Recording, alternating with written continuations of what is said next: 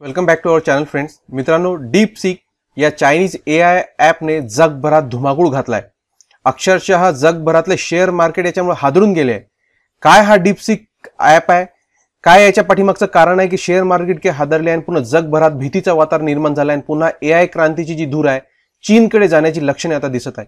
या संपूर्ण टॉपिकचा अनालिसिस आपण करणार आहोत. तुम्ही अजूनही आपल्या चॅनलला सबस्क्राईब केले नसेल तर लगेच सबस्क्राईब करून घ्या. डीपसीक अवघ्या 2 वर्षाआधी स्थापन झालेल्या या कंपनीने अमेरिकेतल्या सिलिकॉन व्हॅली सारख्या कंपन्यांना हादरे देऊन टाकले आहे. 24 तासात त्यांनी एक ॲप ॲपल स्टोअरवर इन्स्टॉल केला ज्याचं नाव होतं डीपसीक. हा एआय ॲप आहे जसा की ओपन एआयचा चॅट जीपीटी आहे, गुगलचा जेमिनी आहे आणि मेटाचा जसा एआय ॲप आहे त्या प्रकारचा हा डीपसीक. याने आपला R1 हा ॲप ॲपल स्टोअरवर आपला ॲप इन्स्टॉल केला आणि काही वेळातच 24 तासातच ॲपल स्टोअरवर याची रँक फर्स्टवर पोहोचली, म्हणजे टॉपवर याची रँक आली आणि इतकी तारांबळ उडाली याला इन्स्टॉल करण्यासाठी की यांचं इन्स्टॉल थांबवावं लागलं. याच्यावर मालवेअर अटॅक झाले ज्याच्यामुळं आता याच्या वेबसाईटवर असं लिहून येत आहे की फार जास्त डाउनलोडिंग झाल्यामुळं आणि मालवेअर अटॅक झाल्यामुळं काही काळापुरतं रजिस्ट्रेशन थांबवण्यात आलं आहे.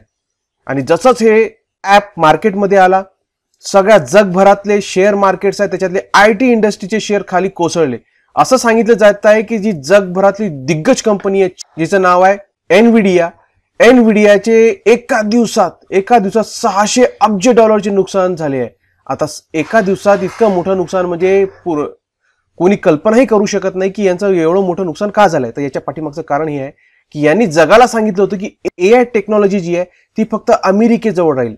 फार सिलेक्टेड कंपन्या जसे की ओपन एआय, मेटा आणि इलॉन मस्क यासारख्या ज्या दिग्गज क्षेत्रातले युरोपियन कंट्रीज आहेत त्यांना वाटत होतं की एआय टेक्नॉलॉजी फक्त त्यांच्याजवळच राहील आणि आता यापुढं जो एआयचा वापर प्रत्येक क्षेत्रात केला जाणार आहे, मग तो मॅन्युफॅक्चरिंग असो, डिफेन्स असो, एज्युकेशन असो, मार्केटिंग असो, सगळ्यामध्ये एआय लागणार आहे आणि या सगळ्यांची धुरा आता युरोपियन कंट्रीज, अमेरिका आणि याच्या कंपन्याकडे राहील असं वाटत होतं. पण त्याला चायनीज कंपनीने हादरा दिला. अवघ्या 2 वर्षाआधी स्थापन झालेल्या कंपनीने असा ॲप तयार करून टाकला जे की या चॅट जीपीटी, जेमिनी आणि ओपन एआयच्या ॲपपेक्षा कित्येक पटीने चांगला आहे. आणि या ॲपचं नाव आहे डीपसीक R1 आणि असं सांगितलं जातं की हा जो एआय ॲप आहे हा या आतापर्यंतच्या सगळ्या एआय ॲप मधला सगळ्या ॲडव्हान्स ॲप आहे. सगळ्यात फास्ट काम करत आहे, ॲक्युरेट रिझल्ट देत आहे आणि जे लोकांना अपेक्षित आहे त्याच्या प्रमाणात त्याच्या किमती पर फार स्वस्त आहे. एका प्रकारे फ्री असल्यासारखं हा लोकांना उपलब्ध करून देण्यात आला आहे. त्याच प्रमाणात जर चॅट जीपीटी, जेमिनीचं पाहिलं तर फार जास्त शुल्क तिथं आकारला जातो. तुम्ही याच्या निर्मितीची जर किंमत पाहिली तर त्याच्यातही फार मोठी तफावत आहे. असं सांगितलं जात आहे की हा जो डीपसीक आहे सुमारे 60 लाख अमेरिकन डॉलर म्हणजे जवळपास आपले भारतीय 52 कोटी रुपयामध्ये हा तयार झाला. आणि तोच तुम्ही चॅट जीपीटीची याची सोबत तुलना करण्यात गेलं तर हा 6 कोटी डॉलरपेक्षा 6 कोटी डॉलर्स म्हणजे किती होतात 520 कोटी. म्हणजे हा जो डीपसीक आहे हा 10 पटीनं स्वस्त सुद्धा आहे चॅट जीपीटी पेक्षा. चॅट जीपीटीला 520 कोटी लागले तर याला फक्त 52 कोटी मध्येच तयार करण्यात आलाय. आणि त्याच्यामुळं युजर्सला सुद्धा याच्या फीस ज्या आहेत एका प्रकार फ्री किंवा अतिशय कमी शुल्कामध्ये हा लोकांसाठी उपलब्ध करून देण्यात आलाय. त्याच्यामुळं जे जगभरातल्या दुसऱ्या एआय कंपनी आहे, दुसरे देश आहे तिथं सगळे भीतीचं वातावरण निर्माण झालं आहे की कारण त्या क्षेत्रात त्यांची जी ख्याती होती ती आता संपुष्टात येते काय असं वातावरण आता तिथं तयार झालंय. हा बनवला कोणी तर ज्यांनी हे तयार केलं त्यांचं नाव आहे लियांग. हे डीपसीक यांनी 2 वर्षापूर्वी सुरू केलं होतं म्हणजे 2023 मध्ये. आता या 2023 मध्ये सुरू करण्याचं मित्रांनो ही गोष्ट पण फार इंटरेस्टिंग आहे. इंटरेस्टिंग काय की 7 ऑक्टोबर 2022 ला अमेरिकेनं काय केलं होतं की ज्या एआय ॲप निर्मितीसाठी जी चिप लागते तिचं नाव आहे A100. या चिप्सची गरज असते. अमेरिकेनं काय केलं की या चिपला चायनाला एक्सपोर्ट करण्यासाठी बंदी घालून टाकली. त्यांना वाटलं की आता 2022 ला आपण बंदी घातली तर आता चायनाला या चिप भेटल्या नाही तर ते काय एआय क्षेत्रात प्रगती करू शकणार नाही आणि एआय क्षेत्र फक्त अमेरिकेजवळच राहील.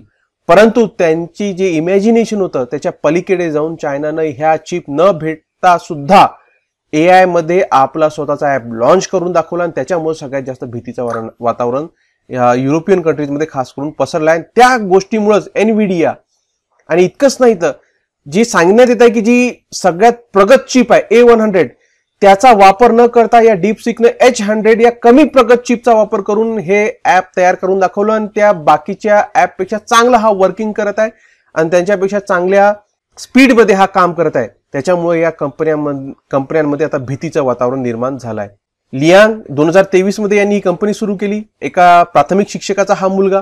2013 मध्ये त्यांनी हांगझोऊ याकेबी इन्व्हेस्टमेंट मॅनेजमेंट आणि 2015 मध्ये झेन्झियांग जिऊझॉंग असेट्स मॅनेजमेंट कंपनीची स्थापना केली होती आणि 2019 मध्ये त्यांनी हाय फ्लायर AI देखील त्यांनी लॉन्च केलं होतं. या डीपसिक लॉन्च झाल्याबरोबर ऍपल स्टोअरवर टॉप रँक प्राप्त झाल्याबरोबर ज्या मोठमोठ्या दिग्गज कंपन्या आहे, IT कंपन्या आहे, एनव्हिडिया सारख्या, यांच्या एका दिवसात 17% यांच्या शेअर्समध्ये घसरत झाली. तर याचा जो हादरा आहे हा भारतीय कंपन्यांना सुद्धा बसला.